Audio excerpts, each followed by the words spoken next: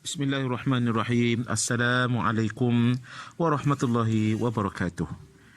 Alhamdulillahirabbil alamin. Wassalatu wassalamu ala asyrafil anbiya'i wal mursalin wa ala alihi washabbihi ajma'in.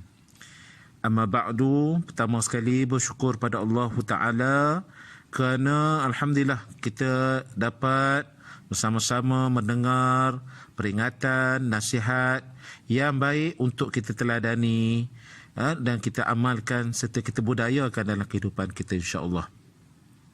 Seperti mana yang diminta pada ana untuk menceritakan tentang ibrah surah Al-Fatihah. Surah Al-Fatihah diturunkan di Mekah dan terdiri daripada 7 ayat. Surah ini disebut Al-Fatihah, yakni pembukaan, kerana surah ini adalah pembukaan atau permulaan Al-Quranul Karim. Surah ini juga dinamakan sebagai Ummul Quran, induk pada Al-Quran, atau Ummul Kitab, induk pada Al-Kitab, kerana ia merupakan induk dan intisari bagi isi kandungan Al-Quran. Imam Al-Bukhari mengatakan yang bermaksud dinamakan dengan Ummul Kitab kerana surah tersebut menjadi surah pembukaan dalam penyusunan mashafnya dan juga menjadi pembuka pada bacaan dalam solat. Dinamakan juga sebagai As-Sab'ul Mathani, 7 yang berulang-ulang, kerana ayatnya yang 7 dibaca berulang-ulang dalam solat. Bismillahirrahmanirrahim. Pertama, dengan menyebut nama Allah yang Maha Pemurah lagi Maha Penyayang. Alhamdulillahi Rabbil Alamin. Segala puji bagi Allah, Rabbul Alam semesta. Ar-Rahmanir Rahim.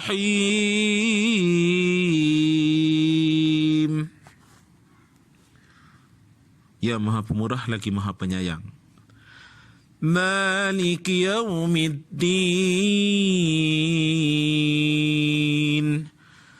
Ya menguasai hari pembalasan. Iyyaka na'budu wa iyyaka nasta'in. Hanya Engkaulah yang kami sembah dan hanya kepada Engkaulah kami meminta pertolongan. Ihdinas siratal mustaqim. Tunjukilah kami jalan yang lurus.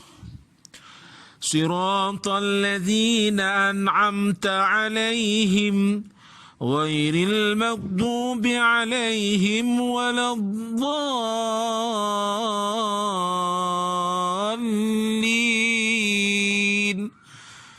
Iaitu jalan orang yang telah Engkau berikan nikmat kepada mereka, bukan jalan mereka yang dimurkai dan bukan pula jalan mereka yang sesat. Jadi macam-macam cara bacaan yang kita boleh baca surah Al-Fatihah. Kalau tadi Ustaz gunakan Taranum Kurdi, gaya bacaan Taranum Kurdi, yang mana kita boleh mengikut keadaan ataupun situasi dengan gunakan 7 jenis taranum yang boleh kita alunkan Al-Quran, boleh kita alunkan surah Al-Fatihah ini. Ini sebagai satu contoh lah, secontoh bacaan. Jadi pengajaran yang boleh kita ambil antara keutamaan surah Al-Fatihah ini antaralah, ada banyak sebenarnya kita nak cerita kat sini. Jadi kalau kita nak cerita mungkin tak sempat, kita beberapa minit saja kita nak dengar sedikit ibrah yang boleh kita ambil daripada surah Al-Fatihah ini. Yang pertama, Rasulullah SAW bersabda yang bermaksud daripada Abu Sa'id bin Al-Mu'ali radhiyallahu anhu, aku akan mengajarkan kamu surah paling agung dalam Al-Quran sebelum kamu keluar pada masjid. Abu Sa'id berkata, kemudian baginda mengambil tanganku dan ketika baginda hendak keluar daripada masjid, aku berkata kepada baginda, wahai Rasulullah sallallahu alaihi wasallam, sesungguhnya engkau mengatakan bahawa engkau akan mengajarku surah yang paling agung yang terdapat di dalam Al-Quran. Maka baginda bersabda yang bermaksud, ya, ia adalah Alhamdulillahi Rabbil Alamin. Ia adalah Sab'ul Mathani dan Al-Quran Al-Azim yang telah diberikan kepadaku. Hadis diriwayatkan Imam Bukhari, hadis sahih. Yang kedua, kita boleh ambil pengajaran apa yang seperti mana hadis yang diriwayatkan oleh daripada Ubay bin Ka'ab radhiyallahu anhu bahawa Rasulullah SAW bersabda bermaksud Allah tidak pernah menurunkan dalam Taurat ataupun Injil ataupun surah seperti mana Ummul Quran, ia adalah sab'ul masani. Ini hadis riwayat An-Nasa'i iaitu surah Al-Fatihah. Dan kalau kita lihat, ada satu lagi pengajaran diriwayatkan oleh Abu Sa'id Al-Khudri radhiyallahu anhu berkata bermaksud, kami berada dalam sebuah perjalanan kemudian kami singgah sebentar pada satu kaum. Tiba-tiba seorang budak wanita datang menghampiri dan berkata, pemimpin kaum kami diserang demam. Orang kami sedang tiada. Apakah antara kamu dapat melakukan ruqyah? Kemudian salah seorang daripada kami yang kami anggap dapat melakukan ruqyah tersebut berdiri bersamanya. Kemudian beruqyah pemimpin tersebut sehingga dia benar-benar sembuh dengan izin Allah. Kemudian pemimpin itu memerintahkan agar menyembelih 30 ekor kambing dan memberikan kami susu ketika dia yang mengobati pemimpin kami kembali. Kami bertanya kepadanya, apakah engkau mengobatinya atau engkau meruqyahnya? Dia menjawab, tidak, aku tidak melakukan apa-apa kecuali membacakan Ummul Kitab kepadanya. Kami berkata, jangan membacakan apa-apa sehinggalah kita menghadap Rasulullah SAW dan menanyakan hal ini kepada baginda. Ketika kami telah sampai di Madinah, kami menceritakan hal tersebut kepada baginda SAW. Kemudian baginda bersabda yang bermaksud, apakah kamu tahu yang seperti itu adalah ruqyah? Kemudian baginda bersabda lagi yang bermaksud, kamu telah membuat benar, bahagiakanlah dan sisakanlah untuk satu bahagian. Hadis riwayat Bukhari dan Muslim. Jadi satu lagi pengajaran yang boleh kita ambil daripada ibrah surah Al-Fatihah diriwayatkan oleh Ibnu Abbas radhiyallahu anhu berkata yang bermaksud Rasulullah SAW sedang bersama kami, di samping beliau ada Jibril. Tiba-tiba terdengar suara di atas, lalu Jibril mengangkat pandangannya ke langit dan berkata, ini adalah pintu yang dibukakan dari langit setelah tidak dibuka sama sekali. Ibnu Abbas berkata, lalu turunlah para malaikat menghampiri Rasulullah SAW berkata, aku datang memberikan khabar gembira dengan membawa dua cahaya yang belum pernah diberikan kepada Nabi sebelum engkau, itu Fatihatul Kitab Al-Fatihah dan ayat-ayat terakhir pada surah Al-Baqarah. Tidakkah engkau membaca satu huruf daripadanya kecuali aku akan mendatanginya. Hadis riwayat Muslim dan An-Nasa'i. Jadi itu antara ibrah ataupun pengajaran yang kita lihat bahawasanya banyak yang boleh kita ambil manfaat daripada surah Al-Fatihah ini. Kalau lihat dari segi kandungan umum menceritakan tentang beriman kepada Rabb yang Esa, terdapat ayat 2 yakni Alhamdulillahi Rabbil Alamin. Segala puji bagi Allah, Rabb semesta alam. Di sini dinyatakan dengan tegas bahawa segala puji dan syukur hanya ditujukan kepada Allah Subhanahu Wa Taala sebagai pencipta dan sumber segala nikmat yang terdapat di alam ini. Antara nikmat itu ialah nikmat penciptaan, pendidikan dan penjagaan.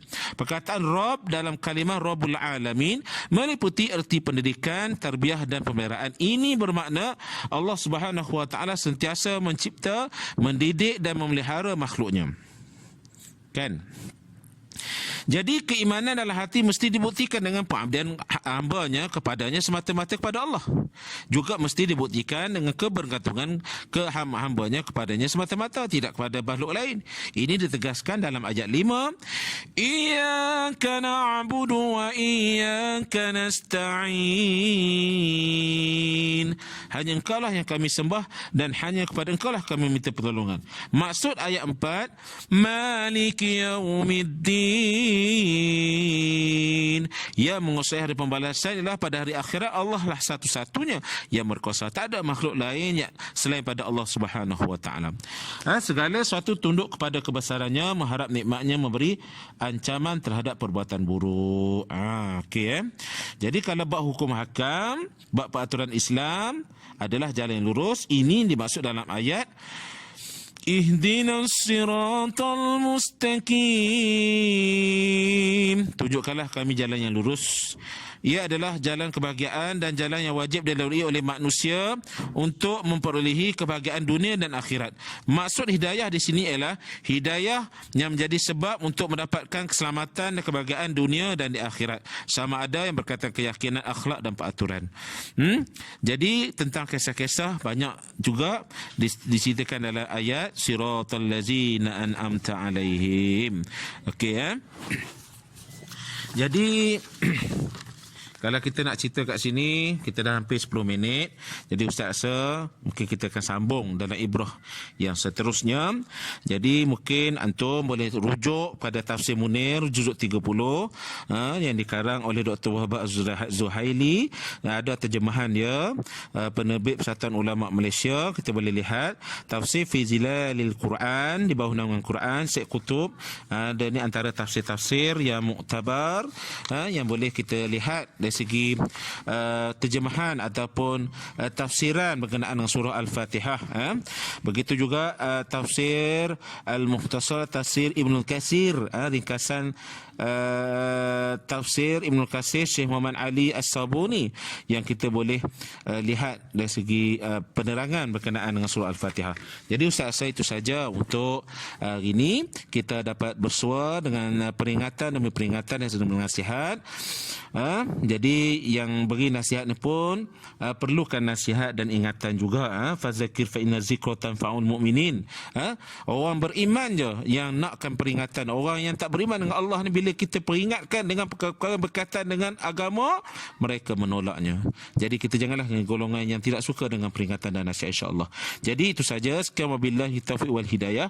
Wassalamualaikum warahmatullahi wabarakatuh.